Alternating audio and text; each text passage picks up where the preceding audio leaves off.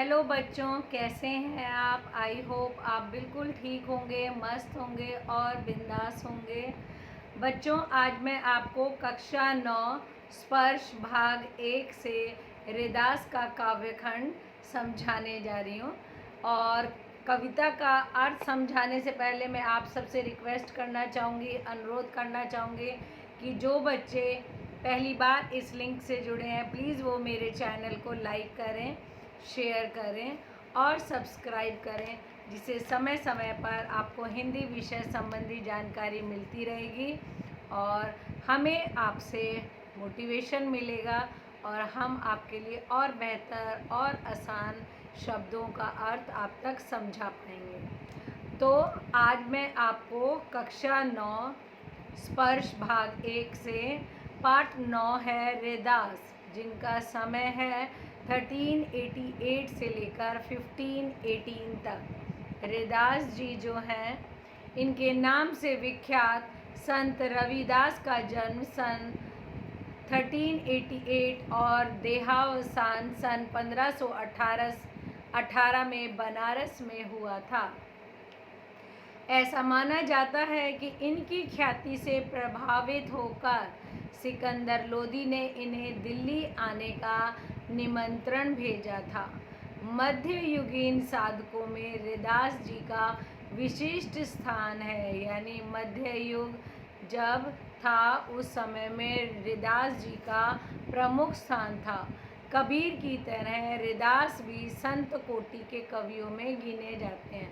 संत मतलब कि संत धर्म को मानने वाले, जो पूजा पाठ में विश्वास नहीं करते, मूर्ति पूजा में विश्वास नहीं करते, वो अपने दिल से अपने प्रभु राम को मानते हैं। उनके जो हैं प्रभु, वो बिना आकार के हैं, निराकार भक्ति में इनका विश्वास है। मूर्ति पूजा, तीर्थ यात्रा जैसे दिखावों में हृदास जी का जरा भी विश्वास नहीं था। वह व्यक्ति की आंतरिक भावनाओं और आपसी भाईचारे को ही सच्चा धर्म मानते हैं। ये संत धर्म की विशेषताएं हैं, जिसमें ये बताया गया है कि कोई भी चीज़ आप भगवान को भी स्वीकार कर रहे हो तो अंतर मन से करो, और अगर आप में आपसी भाईचारा है, प्रेम है, तो वो ही सच्चा धर्म है। हृदास ने अपनी काव्य रचनाओं में सरल, व्यवहारिक और ब्रज भाषा का प्रयोग किया गया है, यानी आम बोलचाल की, जिसमें अवधी, राजस्थानी, खड़ी बोली और उर्दू फारसी के शब्दों का भी हमें मिश्रण मिलता है। हृदास को उपमा और रूपक अलंकार विशेष रूप से प्रिय हैं।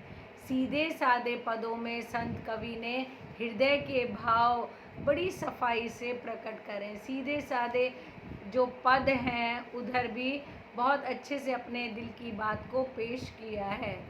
इनका आत्मनिवेदन यानी रिक्वेस्ट, दैन्य भाव और सहज भक्ति पाठक के हृदय को उद्वेलित करता है, यानी किसी सुनने वाले को झंझोर देता है और उसके दिल में भी भगवान के प्रति भक्ति आ जाती है। हृदास के 40 पद सिखों के पवित्र धर्म ग्रंथ गुरु ग्रंथ साहिब में सम्मिलित हैं। यहाँ पर 2 पद बताए गए हैं। पहले पद में बताया गया है, प्रभु जी तुम चंदन हम पानी, में कवि ने आराध्य को याद करते हुए उनसे अपनी तुलना करी है। ठीक है। और दूसरे पद में उन्होंने भगवान की अपार उदारता, कृपा और उनके समदर्शी स्वभाव का वर्णन करा है कि वो सबको एक समान मानते हैं, किसी को भेदभाव से नहीं देखते हैं। तो चलिए अब आपको इसका, इन पदों का अर्थ बताते हैं। अब कैसे छूटी राम नाम रट लागी, प्रभु जी तुम चंदन हम पानी, जाकी संग संग आ बास समानी, प्रभु जी तुम घन बन हम मोरा, जैसे चितवत चंद चकोरा, प्रभु जी तुम दीपक हम बाती, जाकी ज्योति बरे दिन राती, प्रभु जी तुम मोती हम धागा, जैसे सोनहि मिलित सुहागा। प्रभु जी तुम स्वामी हम दासा, ऐसी भक्ति करे रे दासा। यहाँ पर इस पद के अंदर जो स्पर्श पुस्तक है, इसके अंदर पद के अंदर बताया गया है कि अपने आराध्य को आराधना करते हुए उनसे स्वयं की तुलना करी है। उसका प्रभु उसके अंतस में यानी उसके हृदय में विराजमान रहते हैं। उनकी भक्ति भावना अब नहीं छूट सकती। उनके प्रभु दिल में समा गए हैं, जो किसी भी हाल में उनसे दिल से नहीं छूट सकते। अपने आराध्य सर्वगुण संपन्न तथा हर प्रकार से उनसे श्रेष्ठ हैं। वो कहते हैं मेरे प्रभु तो श्रेष्ठ हैं, सर्वोत्तम हैं, सर्वोपरि हैं, अतः वह उन जैसा बनना चाहते हैं। यानी सेवक अपने दास जो है, दास भावना है, वो बोलता है हे प्रभु मुझे भी अपने जैसा बना लो, जिससे हम दोनों में अटूट प्रेम हो जाए। और ये पूरी भक्ति भावना से ओतप्रोत ये पद है। व्याख्या, कवि कहते हैं हे प्रभु आपसे मेरा संबंध कैसे छूट सकता है। ये तो जन्म जन्म का बंधन है, क्योंकि आपसे मेरे नाम की, मैंने आपसे अपने नाम की रट लगा ली है, जो अब कभी नहीं टूट सकती। और ऐसी आपकी लगन मेरे हृदय में लग गई है, जो कि कभी नहीं छूट सकती। मेरा आपका संबंध कभी नहीं टूट सकता। कवि आगे कहते हैं हे प्रभु मेरा आपका संबंध तो चंदन और पानी जैसा है। जैसे चंदन को जब पानी के साथ मिलाते हैं तो पानी में भी खुशबू हो जाती है, ऐसा ही उनका संबंध है।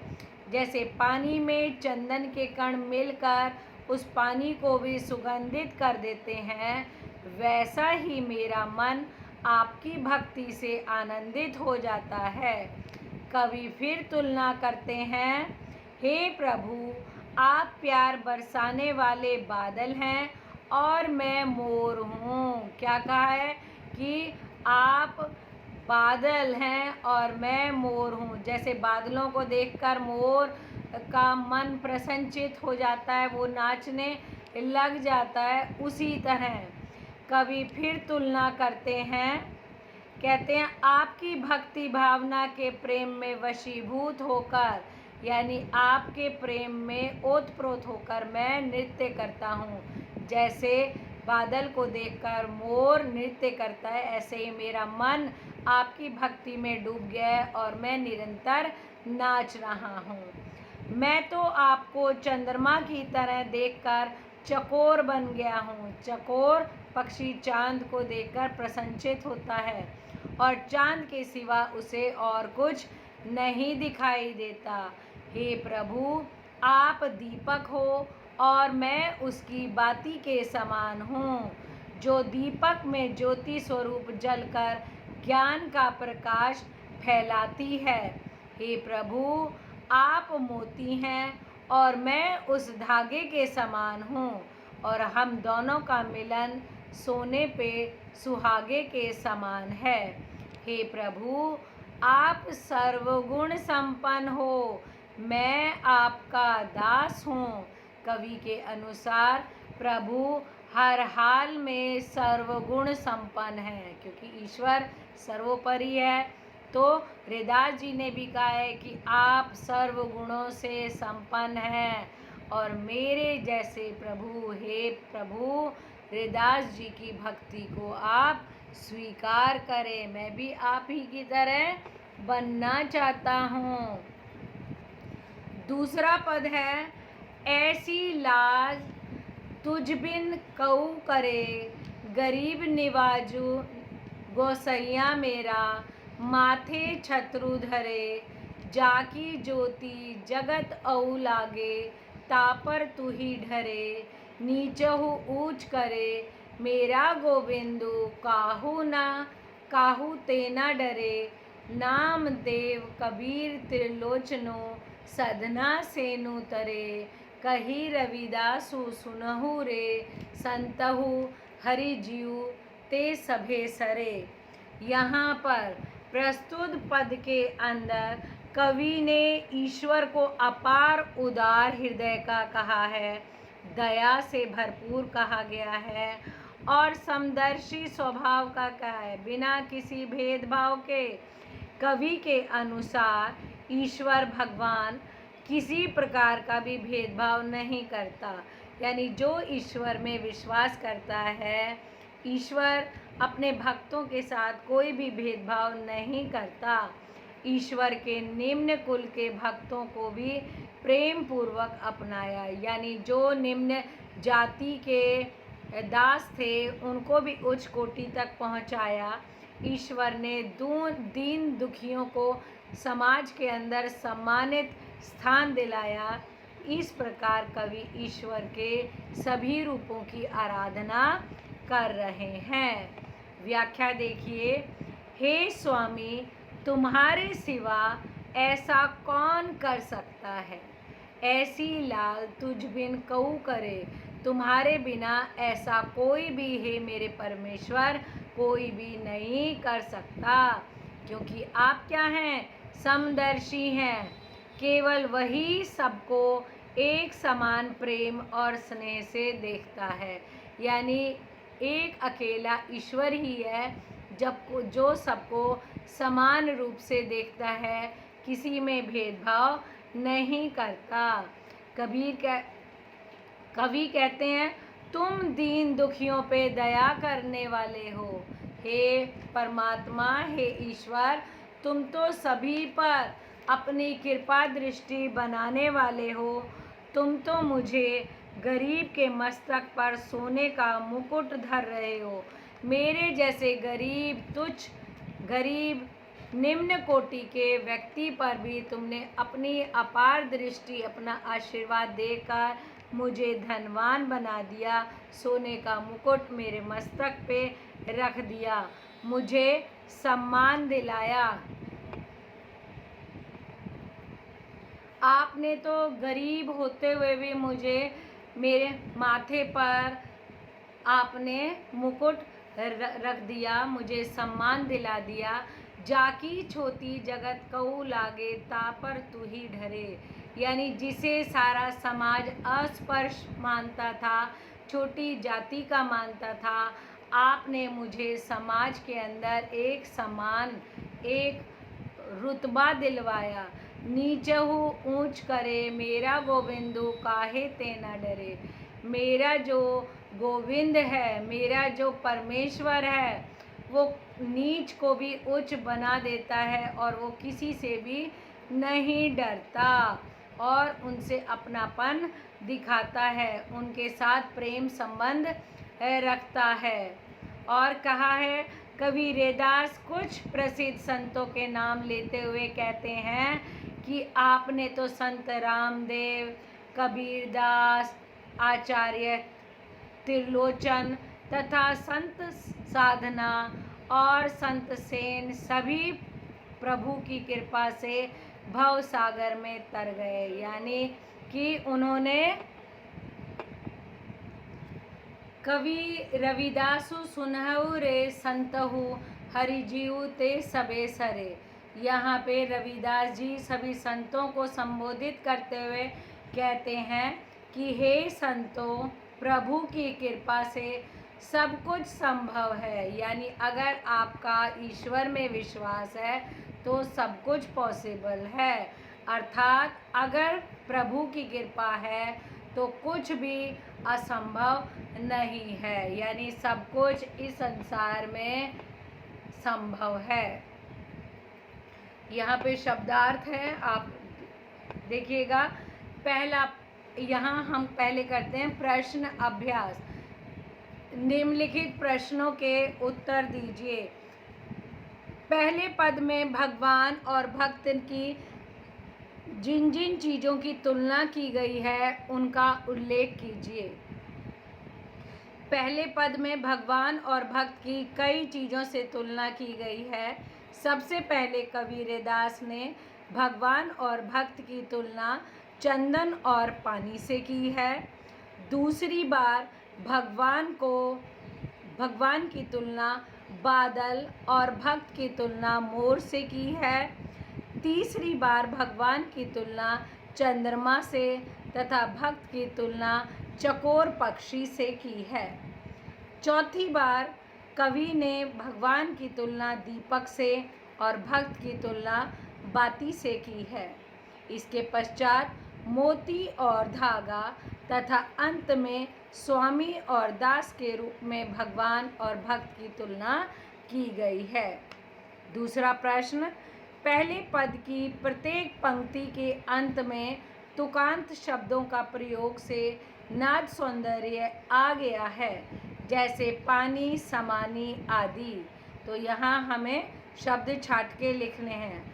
तो पहले पद में प्रत्येक पंक्ति अंत में तुकांत शब्दों का प्रयोग हुआ है, जो क्रमशः पानी, समानी, मोर, चकोरा, बाती, राती, धागा, सुहागा, दासा, रेदासा।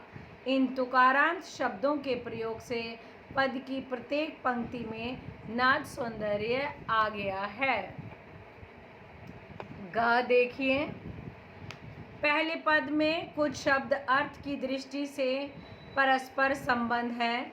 ऐसे शब्दों को छाट कर लिखिए। उदाहरण, दीपक, बाती। तो यहाँ पे चंदन, पानी, घन, मोरा, नंद, चंद, चकोरा, मोती, धागा, सोना, सुहागा। अगला घ प्रश्न है, दूसरे पद में गरीब निवाजू किसे कहा गया है, स्पष्ट कीजिए। आपको पता है पद को जब हमने समझाया था तो उसमें बताया था कि गरीब निवाजू कहा है, ईश्वर को कहा गया है, जिसका अर्थ है गरीब पर दया करने वाला, अर्थात दीन दुखियों पर दया दिखाने वाला, कृपा दृष्टि रखने वाला। दीन दुखियों पे दया करके उन्हें सम्माननीय स्थान दिलाने वाला केवल ईश्वर है।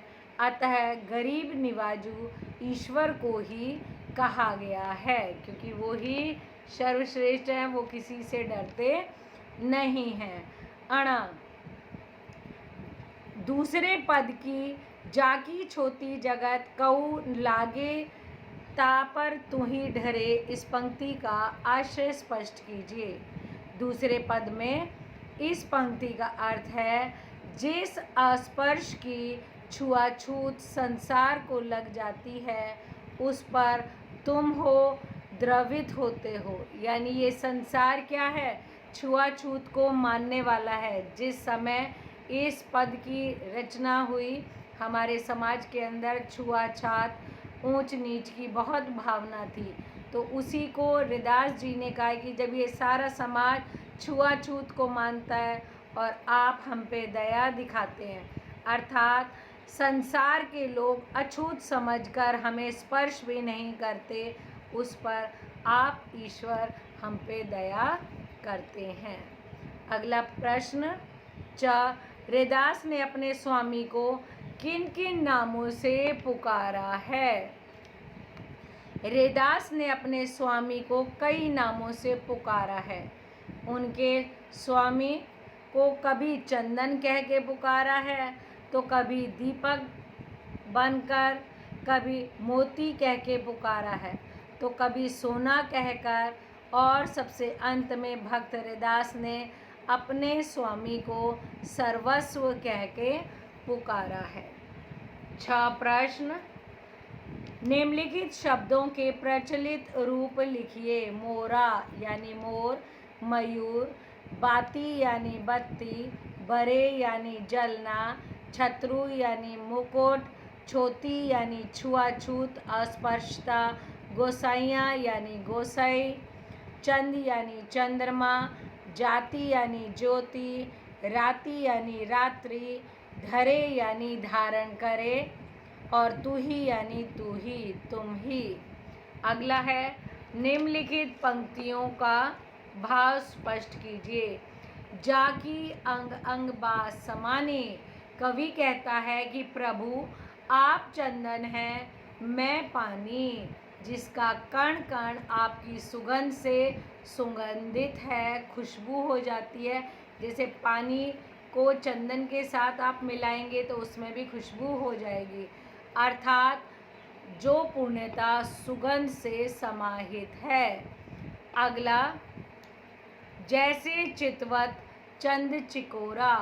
संत रविदास जी कहते हैं, मैं आपको देखने को ऐसे ललाहित रहता हूँ, ऐसा हमेशा एक्साइटेड रहता हूँ, उत्साहित रहता हूँ, जैसे चकोर चंद्रमा को देखने के लिए ललायित रहता है, अर्थात चकोर की भांति चंद्रमा रूपी प्रभु को मैं देखना चाहता हूँ। ग, जाकी ज्योति बरे दिन राती। हे प्रभु को दीपक की उपमा देते हुए कहा है, मैं दीपक की बाती के समान हूँ। आप दीपक हैं और मैं उसकी बाती के समान हूँ, जो रात दिन भक्ति की ज्योति जलाए रखती है, अर्थात जो प्रभु भक्ति का प्रकाश फैलाती है। घ, ऐसी लाल तुझ बिन कौनो करे। संत रविदास जी कहते हैं कि दीन दुखियों पर दया कर कर सम्मानित स्थान आप जैसे स्वामी के सिवा और कोई नहीं दिला सकता है। आप ही सर्वश्रेष्ठ हैं और आप ही ऐसे हैं जो किसी से डरते नहीं हैं। आप हर गरीब के साथ, हर दीन दुखियों के साथ दया का भाव रखते हैं। ण, नीचहु ऊंच करे मेरा गोविंदु नेते डरे। कवि कहता है, मेरा भगवान नीच यानी निम्न वर्ग को भी ऊंची पदवी प्रदान कर देता है और वह किसी से नहीं डरता है। अंत में रविदास के इन पदों का केंद्रीय भाव अपने शब्दों में लिखिए।